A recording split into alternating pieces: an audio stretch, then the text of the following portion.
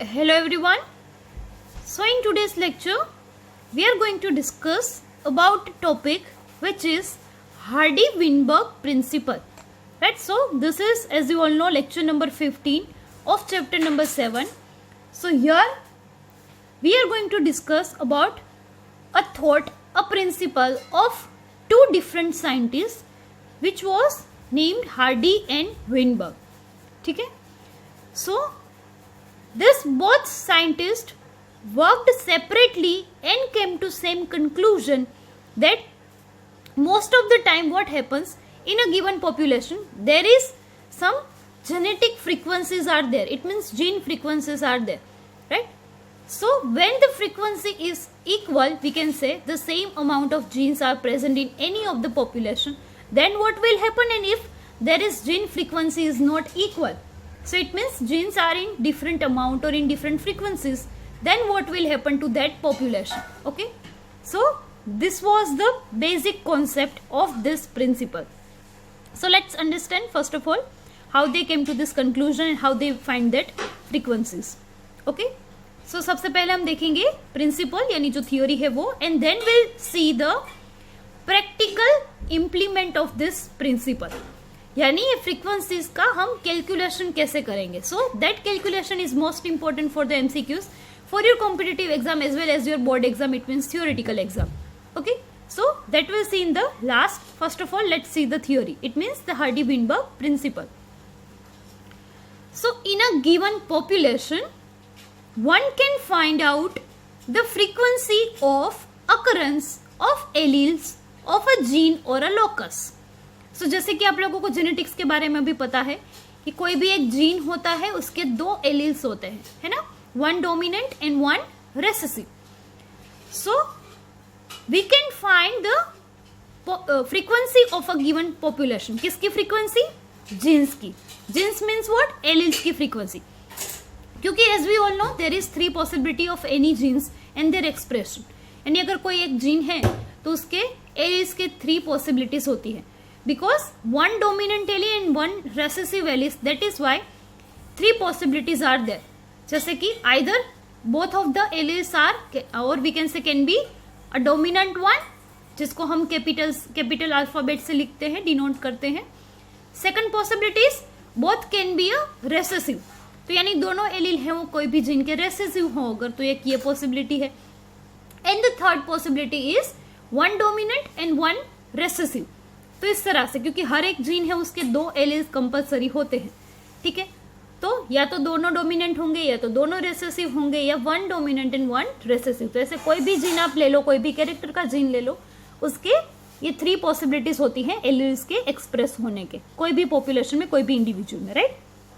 सो अब ये किस तरह की फ्रीक्वेंसी है वो देखने को मिलेगी कोई भी जीन के एक्सप्रेशन की, वो अगर हमें पता लगाना है, so that we can find out by this principle and the equation which was derived by this principle. Okay, so this frequency is supposed to remain fixed and even remain the same through generations.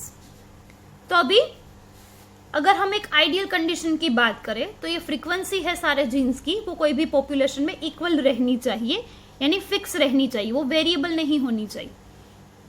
तो ये कैसी condition होगी? Ideal condition होगी जिसमें सारे species के सभी jeans है वो एक ही समान हो और इक्वल ही एक्सप्रेशन देते हो. यानी अगर मान लो किसी में दो डोमिनेंट है तो पूरी पॉपुलेशन में सारे एलील हैं वो दोनों डोमिनेंट ही होने चाहिए.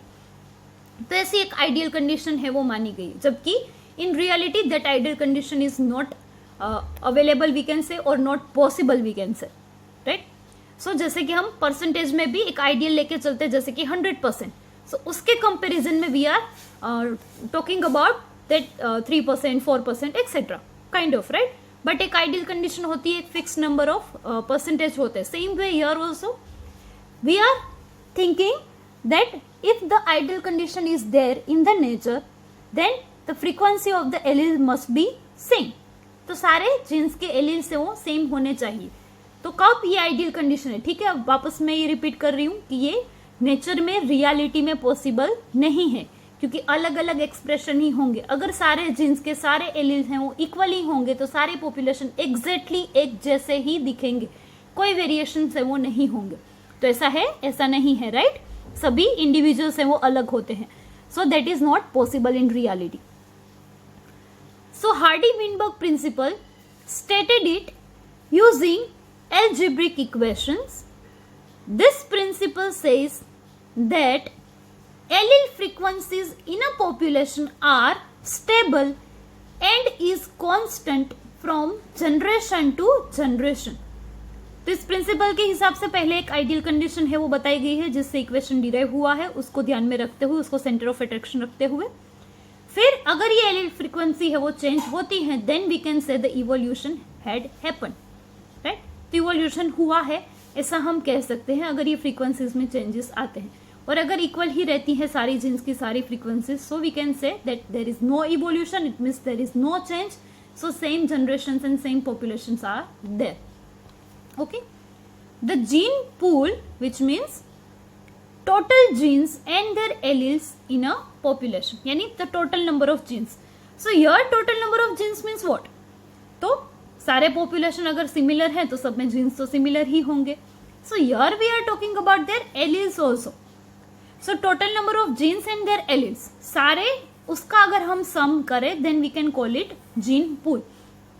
क्योंकि हमें पता है कि कई बार genes में because of the mutation, whether it is natural or man-made we can say, but जो म्यूटेशन होता है उसकी वजह से क्या हो जाती है, न्यूक्लियोटाइड की सीक्वेंस चेंज हो जाती है. It means we can say gene भी पूरा चेंज हो गया, उसके एक्सप्रेशन है वो चेंज हो जाते हैं.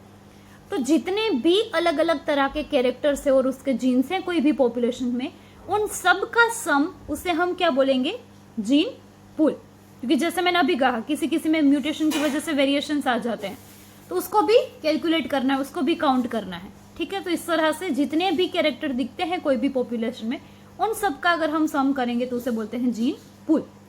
Which remains a constant, this is called genetic equilibrium. तो ये सारी चीजें इक्वल अमाउंट में ही रहे तो उसे बोला जाता है genetic equilibrium. So we can say sum total of all the allelic frequencies is 1. Again ये क्या है, आइडियल कंडीशन है. ठीक है,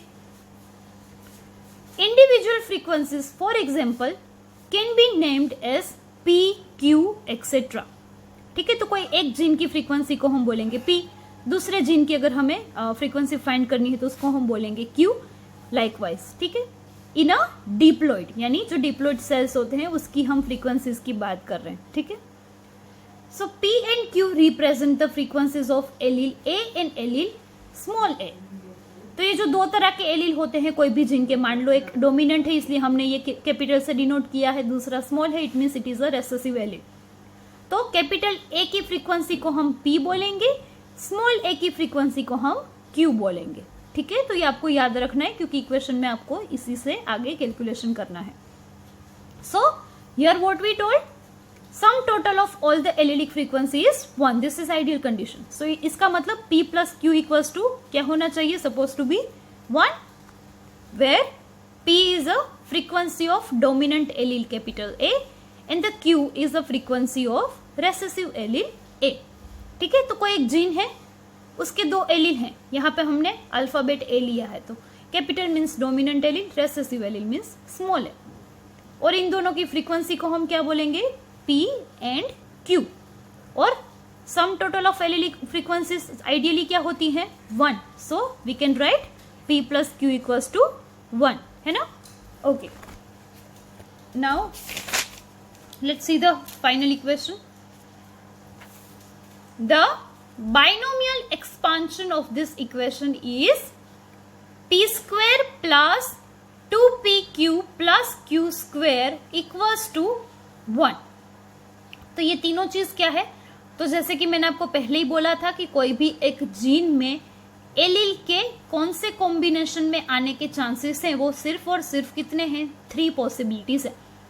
मान लो दोनों डोमिनेंट है यानी कैपिटल है, सो ए के लिए हमने फ्रीक्वेंसी को क्या बोला है, P. तो दोनों कैपिटल ए हैं, सो ए है तो we can write P square. Same अगर दोनों एलील मान लो रेसेसिव हैं यानी दोनों स्मॉल a हैं, ठीक है, तो उसकी फ्रीक्वेंसी को हमने किससे डिनोट किया है, Q से.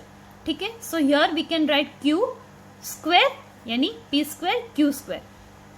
अब तीसरी पॉसिबिलिटी क्या है कि आइदर एक डोमिनेंट एलील हो और दूसरा रेसेसिव एलील हो यानी कैपिटल ए एंड स्मॉल ए। तो कैपिटल ए को हमने बोला है पी, उसकी फ्रीक्वेंसी को, स्मॉल ए की फ्रीक्वेंसी को हमने बोला है Q. So here we wrote 2pq। ठीक है, तो यही इक्वेशन है। और सारी एलिलिक फ्रीक्वेंसी का टोटल सम क्या होना चाहिए आइडियल कंडीशन के हिसाब से 1। So that is how this equation is formed, p² plus 2pq plus q² equals to 1, where p² is the frequency of individuals with genotype capital A, q² is the frequency of individuals with the genotype small a, and the last 2pq is the frequency of individuals with genotype capital A, small a. It means one dominant allele and one recessive allele. ठीक है, hence p² plus 2pq plus q² equals to 1. This is a binomial expansion of p plus q whole square. है ना, इसी का binomial expansion अगर हम करें तो यही आता है p² plus 2pq plus q²। तो ये एक मैथमेटिकल फॉर्मूला है। सो इस हिसाब से ये p plus q² को हम अगर एक्सपांड करें then it will become p² plus 2pq plus q², right. Okay, तो ये क्या है, हार्डी विनबर्ग प्रिंसिपल का इक्वेशन है। ये आप मोस्ट इंपॉर्टेंट, ये डायरेक्टली भी आपको इक्वेशन पूछा जा सकता है एमसीक्यू में, एंड अदरवाइज कैलकुलेटिव पार्ट भी आपको पूछा जाता है, जो कि I will explain after this theory कि किस तरह से प्रैक्टिकली आपको नंबर्स दे के फ्रीक्वेंसी के आपको कैलकुलेशन है वो पूछा जाएगा एमसीक्यू में। ओके, तो ये आपको इक्वेशन के बेसिस पे कैलकुलेशन करना है। ठीक है, okay, let's see further. When frequency measured, so here what about the frequencies, यानी पी एंड क्यू। फ्रीक्वेंसी मतलब क्या है, कोई भी जीन के कितने % आने के, कौन से टाइप में आने के चांसेस हैं। ठीक है, यानी दोनों डोमिनेंट एलील हो, ऐसे जीन्स कोई भी पॉपुलेशन में कितने होंगे, दोनों रेसेसिव हो, ऐसे एलील हैं वो कितने होंगे। तो इस हिसाब से ये फ्रीक्वेंसी है वो हमने काउंट की है। ठीक है, so if the frequency measured was different from the expected values then the difference यानी direction indicates the extent of evolutionary change, जो कि मैंने आपको शुरू में ही बताया कि अगर ये फ्रीक्वेंसी मान लो सबकी 1 नहीं आती है, कुछ अलग अलग आती है। ठीक है, इसका मतलब क्या है, इवोल्यूशनरी चेंज, यानी कुछ इवोल्यूशन हुआ है, दैट वी कैन से। अगर सबकी फ्रीक्वेंसी सेम है, एक ही है, ठीक है, तो फिर कोई चेंज ही नहीं आया है, यानी जो पॉपुलेशन में जैसा पहले था वैसा भी अभी भी है और वैसा ही चलेगा। ये आइडियल कंडीशन है, बट ऐसा होता नहीं है, है ना।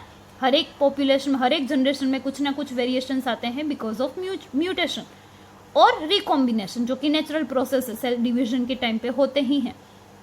तो उसे ही बोलते हैं हम क्या, इवोल्यूशनरी चेंज। यानी ये फ्रीक्वेंसी का आंसर है वो हर बार हमें क्या मिलेगा, अलग ही मिलेगा, and that we call evolutionary change. Disturbance in genetic equilibrium और Hardy Weinberg equilibrium, that means change of frequency of alleles in a population would then be interpreted as resulting in evolution.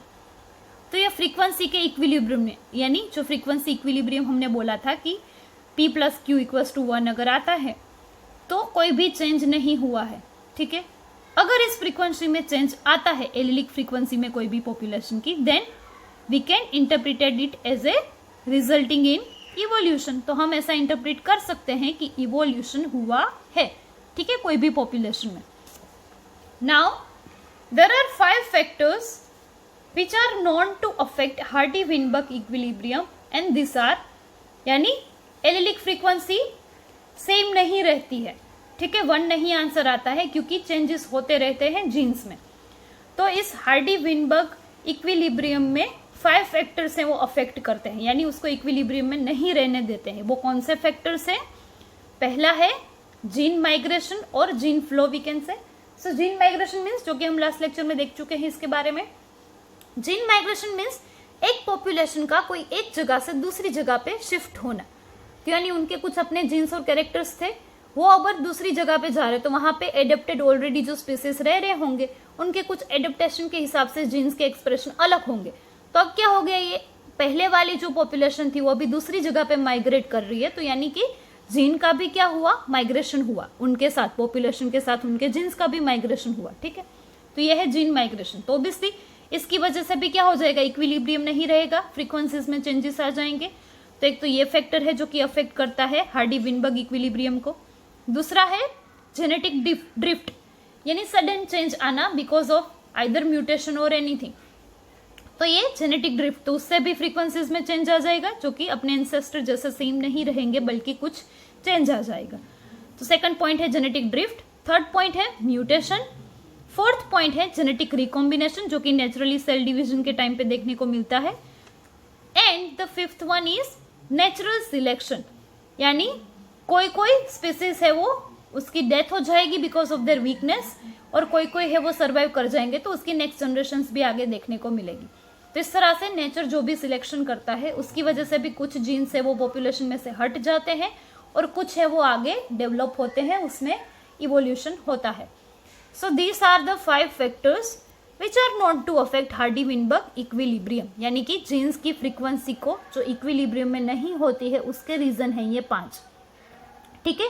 तो ये भी आपको एमसीक्यू में पूछा जाता है सीधा, एक तो डायरेक्ट नंबर कि how many factors are there to affect Hardy Weinberg equilibrium, और ऐसा आपको ये पूछा जाएगा कि which of the following is not a factor which affect the Hardy Weinberg. तो 3 है वो अफेक्टेड दिए गए होंगे आपको इसमें से नाम, एक है वो कोई अलग से होगा।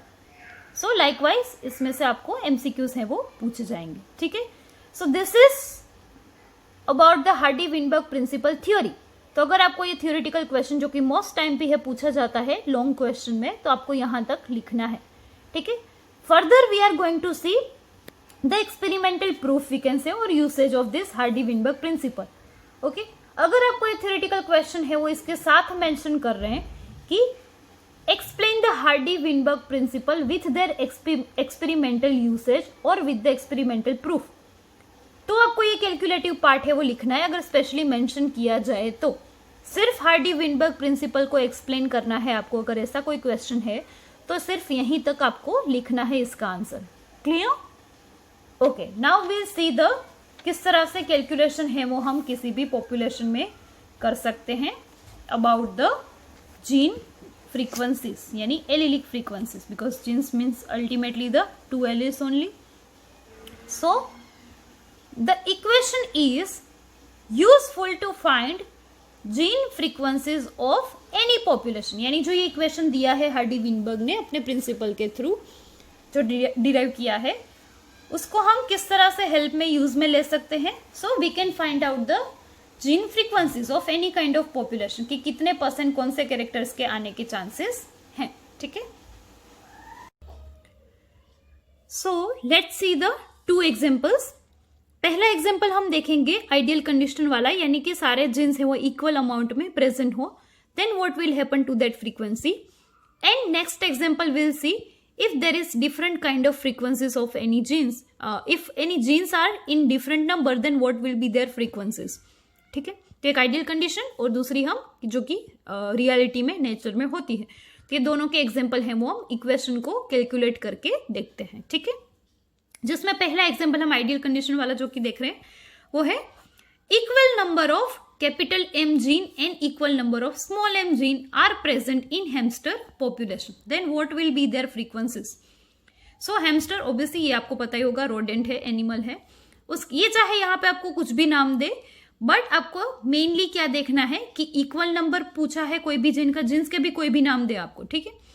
या तो आपको कोई परसेंटेज में दिया, जो कि हम सेकंड एग्जांपल देखेंगे आगे, तब आपको ज्यादा क्लियर होगा।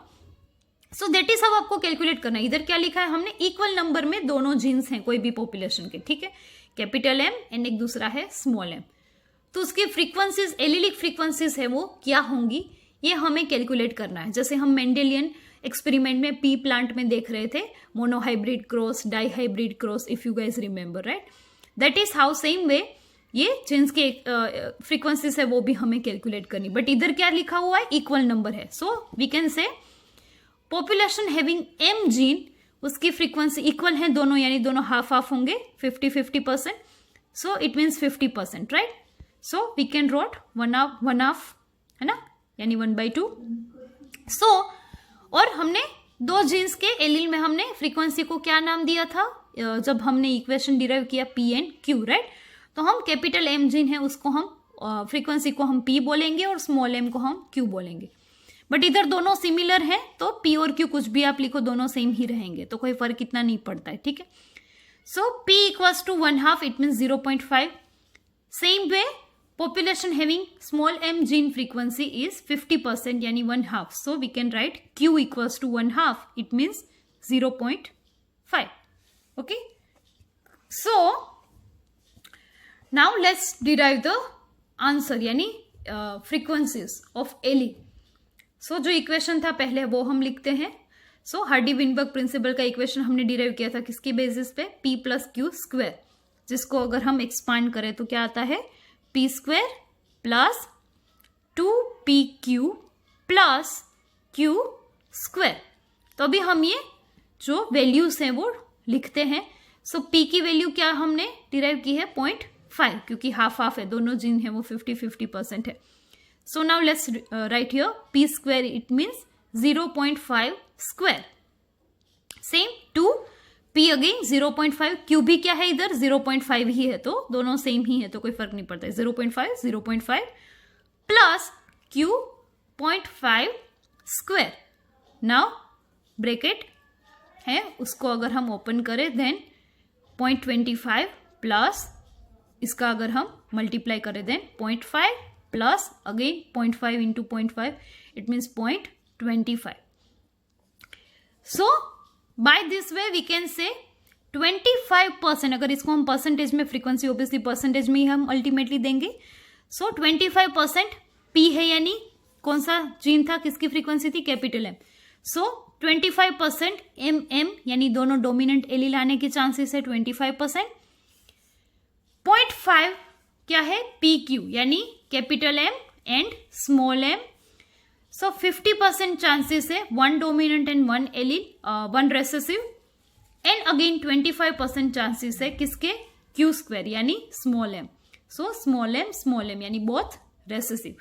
तो इस तरह से एलेलिक फ्रीक्वेंसी है वो इस पॉपुलेशन में देखने को मिलेगी जिसके जीन्स एम एंड एम दोनों इक्वल नंबर में हो, ठीक है। तो उसकी आंसर क्या मिलेगा हमें, तो ये आपको अभी सीधा याद रखना है विदाउट कैलकुलेशन। अगर इक्वल नंबर ऑफ पॉपुलेशन है तो आंसर क्या आएगा, 25% डोमिनेंट, 25% रेसेसिव, और बाकी के 50% है वो दोनों मिक्स, यानी 1 डोमिनेंट एंड 1 रेसेसिव। तो इस तरह से आपको एमसीक्यूज पूछे जाएंगे आइदर विद द कैलकुलेशन, और अगर आपको डायरेक्टली ये आंसर याद रहता है तो आप सीधा ही ऑप्शन है वो सिलेक्ट कर सकते हो मल्टीपल चॉइस में से, okay.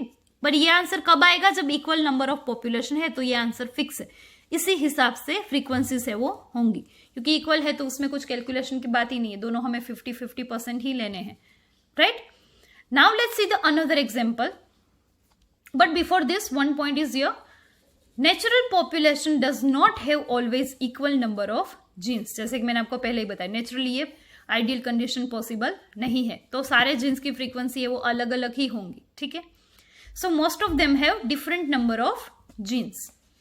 So now let's see another example with this different number of genes. So now if we say 90% is capital M gene and 10% is small m genes having by hamster population. तो again ये hamster का ही हम same example ले रहे, कोई भी ले ले, नाम से कोई फर्क नहीं पड़ रहा है। हमको कैलकुलेशन में क्या देखना है कि कौन से जीन्स की कितनी फ्रीक्वेंसी है। अगर इधर m की जगह पे कोई भी नाम दे दे, a they they, b they they, right, उस नाम से कोई फर्क नहीं पड़ रहा है।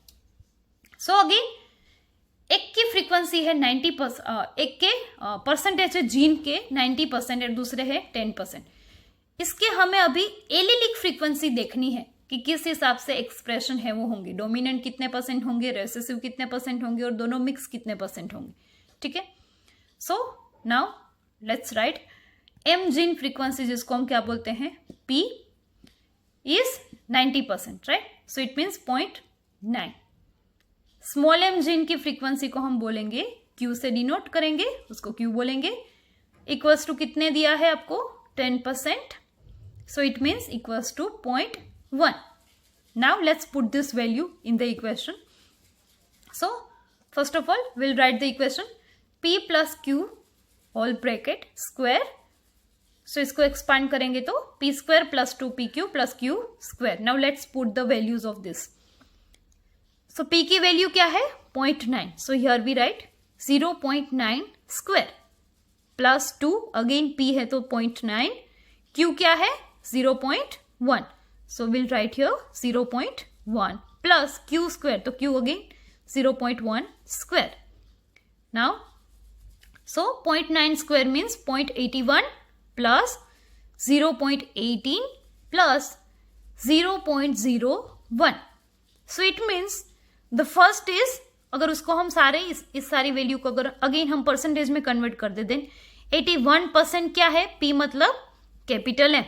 सो दोनों कैपिटल यानी बोथ डोमिनेंट हो, ऐसे कितने चांसेस है एलिलिक फ्रीक्वेंसी के 81% चांसेस है कोई भी पॉपुलेशन में. ठीक है, मिडिल है वो क्या है 18%. क्या था PQ means 1 capital M and 1 small m, यानी एक डोमिनेंट एलील हो और एक रेसेसिव एलील हो, ऐसे कैरेक्टर को, ऐसे जीन के कैरेक्टर को आने के कोई भी पॉपुलेशन में चांसेस कितने परसेंट है 18%. And the lastly both recessive small m, क्योंकि Q स्क्वायर मतलब क्या था, Q मतलब स्मॉल m. सो 1% चांसेस है बोथ एलील रेसेसिव हो ऐसे कैरेक्टर की. तो ये हमें एक पॉपुलेशन में capital M and small m genes के किस हिसाब से कैरेक्टर से वो आएंगे उसकी फ्रीक्वेंसी है वो हमें इस इक्वेशन के थ्रू पता चलती है. तो इधर आंसर है 81, 18 एंड 1. ठीक है, तो by this way with this equation of Hardy and Weinberg we can calculate the allelic frequency of any given population, right. And उससे हमें पता चलता है कि किस तरह से कैरेक्टर्स हैं वो कोई भी पॉपुलेशन में देखने को मिलेंगे. ठीक है, जबकि इक्वल हो सारी फ्रीक्वेंसी यानी उसका आंसर है वो 1 आए टोटल, वैसा किस में पॉसिबल है, सिर्फ और सिर्फ आइडियल कंडीशन में, जो कि रियलिटी में पॉसिबल नहीं है. ठीक है, तो इस तरह से ये जितनी भी अलग अलग फ्रीक्वेंसीज आती है आंसर आता है, उसका मतलब कुछ चेंजेस आते रहते हैं उस पॉपुलेशन में, और इसी चेंजेस को हम बोलते हैं इवोल्यूशन. कि कुछ चेंज आना, भले ही चाहे अच्छा चेंज हो या बुरा चेंज हो, बट कुछ चेंज होना, उसी को हम इवोल्व होना बोलते हैं, है ना. अगर सिमिलर चीजें रहें तो फिर इवोल्यूशन क्या हुआ, वही का वही रहा सब कुछ. तो ऐसा नहीं होता है रियलिटी में, चेंजेस तो आते ही रहते हैं, चाहे वो नेचुरल रीजन्स हो, नेचर के रीजन्स हो अपने, या तो मैन मेड रीजन्स हो कोई भी, but changes is there. So this is about Hardy Weinberg principle and it's calculative part, जो कि आपको खास करके किसमें, ये कॉम्पिटिटिव एग्जाम के पर्पज से इंपॉर्टेंट है. इधर आपको कोई भी परसेंटेज में कोई भी जीन्स के नेम देके आपको उसकी एलिलिक फ्रीक्वेंसी कैलकुलेट करने के लिए बोला जाए, तो सेम वे दिस इक्वेशन के थ्रू ही आपको वो एक्सप्लेन करना है. Okay, so this is about today's lecture. In next lecture we'll further see the another topic of the chapter number 7, right? Thank you.